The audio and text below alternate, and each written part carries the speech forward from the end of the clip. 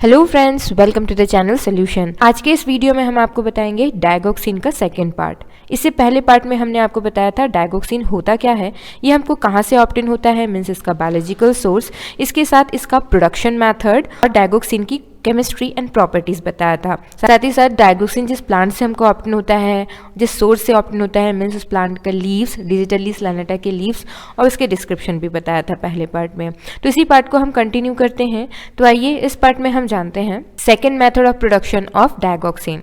तो मेथड 2 है, सबसे पहले हम डिजिटलीस लैनेटा, तो हमने आपको बताया था डायगोक्सिन हमको ऑब्टेन होता है फ्रॉम दी लीव्स ऑफ डिजिटलीस लैनेटा। तो मेथड 2 में सबसे पहले हम डिजिटलीस लैनेटा के फ्रेश लीव्स को कलेक्ट करते हैं और इसको पेस्ट फॉर्म में कन्वर्ट कर लिया जाता है। पेस्ट फॉर्म में कन्वर्ट करने के बाद उसके अंदर जो एंजाइम्स हैं उनको इनएक्टिवेट करने के लिए हम न्यूट्रल सॉल्ट से उस पेस्ट को ट्रीट करते हैं। अब सॉल्ट ट्रीटेड जो पेस्ट है फिर उसको डीफैट किया जाता है बेंजीन के साथ।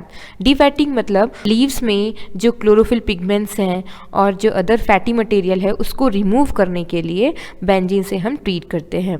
बेंजीन से ट्रीट करने से जितनी भी जो फैटी मटेरियल है, क्लोरोफिल पिगमेंट्स हैं, वो बेंजीन में डिसॉल्व हो जाते हैं और बेंजीन को फिर फिल्टर आउट करके डिस्कार्ड कर दिया जाता है। और इसके बाद जो हमको डीफैटेड लीव पेस्ट ऑब्टेन होगा, मीन्स इस लीव पेस्ट में अब फैटी मटेरियल रिमूव हो गया है, तो उस डीफैटेड लीव पेस्ट को हम एक्सट्रैक्ट करते हैं इथाइल एसीटेट के साथ। मीन्स उस लीव पेस्ट में ग्लाइकोसाइड को एक्सट्रैक्ट आउट करने के लिए, सेपरेट करने के लिए इथाइल एसीटेट से ट्रीट किया जाता है। उसके बाद हम फिल्टर करते हैं। फिल्टर करने के बाद जो हमको फिल्ट्रेट ऑब्टेन होगा, फिल्ट्रेट मीन्स इथाइल एसीटेट का जो एक्सट्रैक्ट ऑब्टेन होगा, जिसमें अभी क्या है, जिसमें ग्लाइकोसाइड्स जो उसमें प्रेजेंट थे लीव्स में वो डिसॉल्व होके सेपरेट आउट होके इथाइल एसीटेट में आ गए हैं। तो इथाइल एसीटेट जो एक्सट्रैक्ट है उसको हम कंसंट्रेट करते हैं। कंसंट्रेट करने के बाद जो हमको ड्राइड इथाइल एक्सट्रैक्ट ऑब्टेन होगा उसको फर्दर प्यूरिफाई किया जाता है क्रोमेटोग्राफिक मेथड से। मीन्स उस ड्राइड इथाइल एक्सट्रैक्ट में ग्लाइकोसाइड के अलावा इसमें अदर जो इम्प्योरिटीज़ भी प्रेजेंट होंगे, मीन्स अदर केमिकल कॉन्स्टिट्यूएंट भी प्रेजेंट होंगे, तो उसको रिमूव करना है। तो उसको रिमूव करने के लिए क्रोमेटोग्राफिक मेथड अप्लाई करके हम रिमूव कर सकते हैं। तो प्यूरिफिकेशन किया जाता है by chromatographic method. Dried extract को क्रोमेटोग्राफी से प्यूरिफाई करने के बाद जो हमको लैनेटोसाइड सी ऑब्टेन होगा, उस लैनेटोसाइड सी ग्लाइकोसाइड के हाइड्रोलिसिस करके हम डायगोक्सिन ऑब्टेन करते हैं। तो किस तरीके से लैनेटोसाइड सी का हाइड्रोलिसिस करके डायगोक्सिन प्रोड्यूस किया जाता है, इसको हम इससे पहले पार्ट में हमने डिस्कस किया था। पहले पार्ट के वीडियो का लिंक आप हमारे डिस्क्रिप्शन बॉक्स में देख सकते हैं। इसके बाद नेक्स्ट है यूटिलाइजेशन ऑफ डायगोक्सिन। मीन्स डायगोक्सिन को कहाँ कहाँ पे यूज़ किया जाता है, तो इसको यूज़ करते हैं एज अ कार्डियक टॉनिक या कह सकते हैं कार्डियोटॉनिक्स। कार्डियोटॉनिक्स क्या होते हैं, कार्डियोटॉनिक्स को अगर हम स्प्लिट करते हैं तो होता है cardiac plus tonic. Cardiac means heart और टॉनिक मीन्स ऐसे सब्सटेंस जो कि एनर्जी, स्ट्रेंथ प्रोवाइड करते हैं। तो कार्डियक टॉनिक क्या हुआ है, कार्डियोटॉनिक्स ऐसे ड्रग्स होते हैं जो कि हार्ट को स्ट्रेंथ, एनर्जी प्रोवाइड करते हैं, इसलिए हमने यहाँ पे लिखा है cardiotonic drugs provide energy, strength to the heart muscles which increases the activity of heart। ये क्या करते हैं, it increases the myocardial contractility, means heart muscles के force of contraction को increase करते हैं heart की activity को increase करने के लिए। इसी कारण से इसको यूज़ किया जाता है for the treatment of different cardiac disorder, जैसे कि in the treatment of congestive heart failure.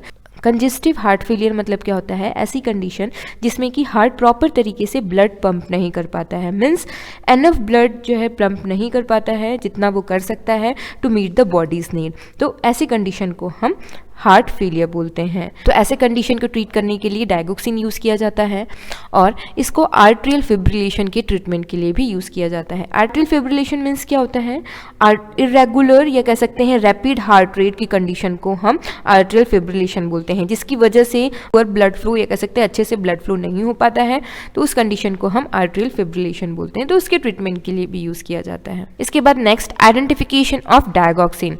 तो डायगोक्सिन को आइडेंटिफाई करते हैं by the chemical test and by the thin layer chromatography. तो केमिकल टेस्ट से किस तरीके से किसी भी सैंपल में डायगोक्सिन को आइडेंटिफाई किया जा सकता है, डिटेक्ट किया जा सकता है। तो सबसे पहले हम टेस्ट सैंपल को डिसॉल्व करते हैं, डाइल्यूट किया जाता है इन हॉट मिथेनॉल, और उसके बाद उस फिश एलिकेट को इवेपोरेट किया जाता है ड्राइनेस, मतलब कि उसको पूरा ड्राई होते तक हम उसके सॉल्वेंट को इवेपोरेट करते हैं और उसके बाद हम acid ferric chloride TS add किया जाता है उस रेसिड्यू में। तो क्या ऑप्टेन होगा, ग्रीन कलर डेवलप होगा जो कि slowly deep green blue colour में कन्वर्ट हो जाता है, which indicate the presence of digoxin. इसके बाद नेक्स्ट आते हैं थिन लेयर क्रोमेटोग्राफी।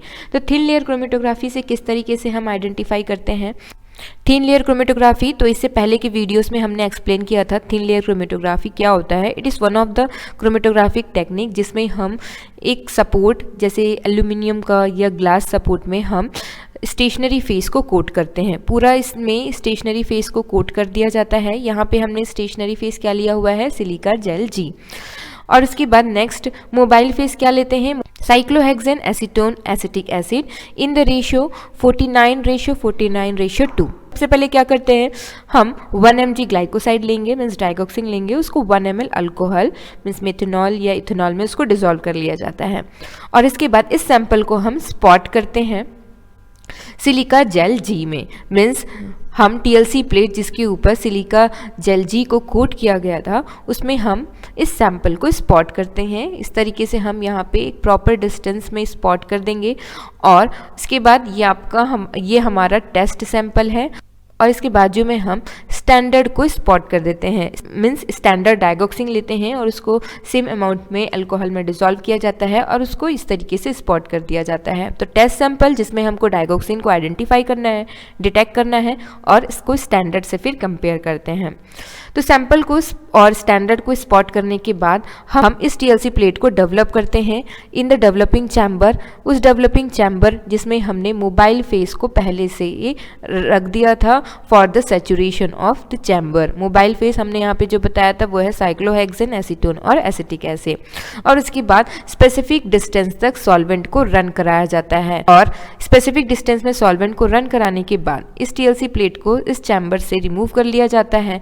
और रिमूव करने के बाद इस टीएलसी प्लेट को ड्राई किया जाता है और इसके बाद स्प्रे करते हैं इस टीएलसी प्लेट पे 50% एक्वस सल्फ्यूरिक एसिड को स्प्रे करते हैं। क्या अपीयर होगा, ब्लू कलर का स्पॉट अपीयर होता है। ब्लू कलर का ये हमारा स्टैंडर्ड था और ये टेस्ट था। तो ब्लू कलर का स्पॉट अपीयर होगा under 385 nanometer UV light compare with the standard. Means उस टेस्ट सैंपल को रन करने के बाद भी अगर बहुत से स्पॉट्स रहते हैं तो हम स्पेसिफिक डाइगोक्सिन को किस तरीके से आइडेंटिफाई कर सकते हैं। डाइगोक्सिन ऐसा ब्लू स्पॉट हमको दिखेगा अंडर 385 नैनोमीटर यूवी लाइट पे, जिसको हम इजली कंपेयर कर सकते हैं with the standard. Means standard में भी यहाँ पे अंडर 385 नैनोमीटर यूवी लाइट पे ब्लू स्पॉट दिखेगा और टेस्ट सैंपल में भी उसी सेम डिस्टेंस पे या कह सकते हैं आरएफ वैल्यू पे स्पॉट दिखता है। इसका मतलब हमारे टेस्ट सैंपल में डाइगोक्सिन प्रेजेंट है। तो इस तरीके से हम थिन लेयर क्रोमेटोग्राफी से डाइगोक्सिन को आइडेंटिफाई कर सकते हैं।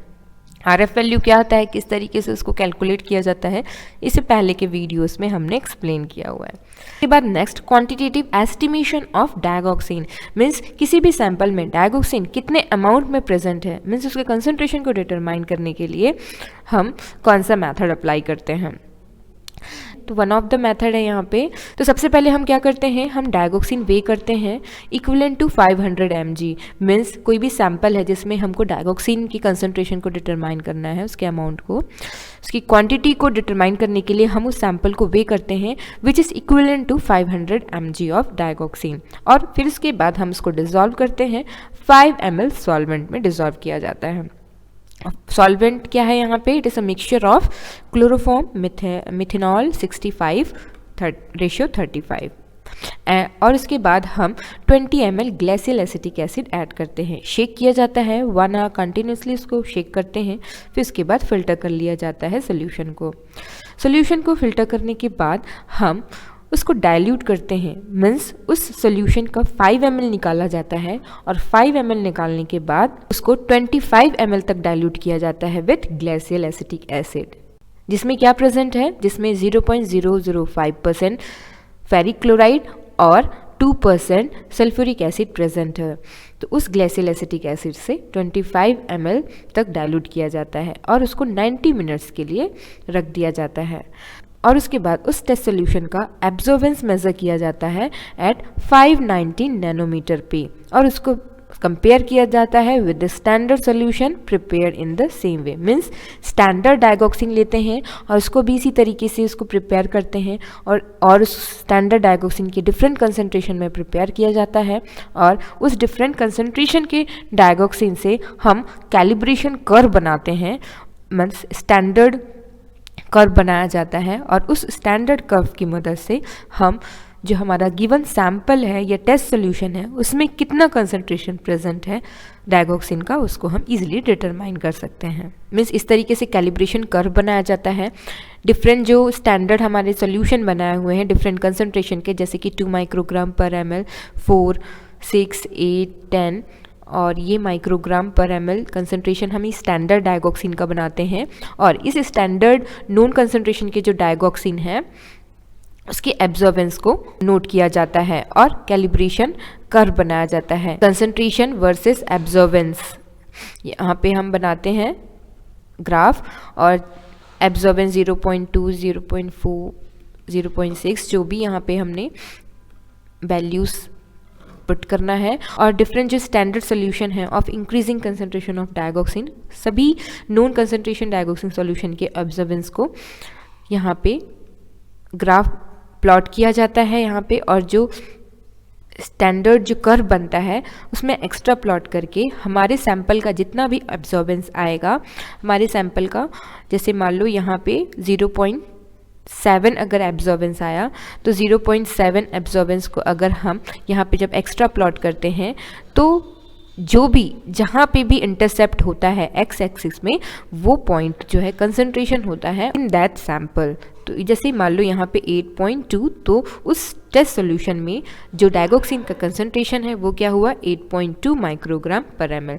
तो इस तरीके से हम स्टैंडर्ड कर्व की मदद से हम एक्स्ट्रा प्लॉट करके किसी भी सैंपल में डाइगोक्सिन के कंसंट्रेशन को डिटरमाइन कर सकते हैं। तो ये हो गया। सेकेंड है एसे ऑफ डाइगोक्सिन। तो इसमें क्या करते हैं, लगभग 40 mg हम डाइगोक्सिन वे करते हैं और उसको 95% इथेनॉल में डिसॉल्व किया जाता है और उसका वॉल्यूम को मेकअप किया जाता है 50 ml तक। उसमें से 5 ml हम निकालते हैं और 5 ml निकालने के बाद उसको वॉल्यूमेट्रिक फ्लास्क में अगेन उसको वॉल्यूम मेकअप किया जाता है टू 100 ml। मीन्स हम 100 ml वॉल्यूमेट्रिक फ्लास्क लेते हैं और इसके वॉल्यूम को मेकअप करते हैं 5 ml लेके 100 ml तक विथ 95% इथेनॉल। अगेन हम उस 100 ml सोल्यूशन से पिपेट आउट करते हैं 5 ml और उसको ऐड किया जाता है 3 ml अल्कलाइन पिक्रिक एसिड और उसको फिर हम 30 मिनट के लिए रख देते हैं और फिर उस सोल्यूशन का एब्जॉर्बेंस को मेज़र किया जाता है एट 495 नैनोमीटर। तो ये हो गया estimation of digoxin. Thank you very much for watching this video.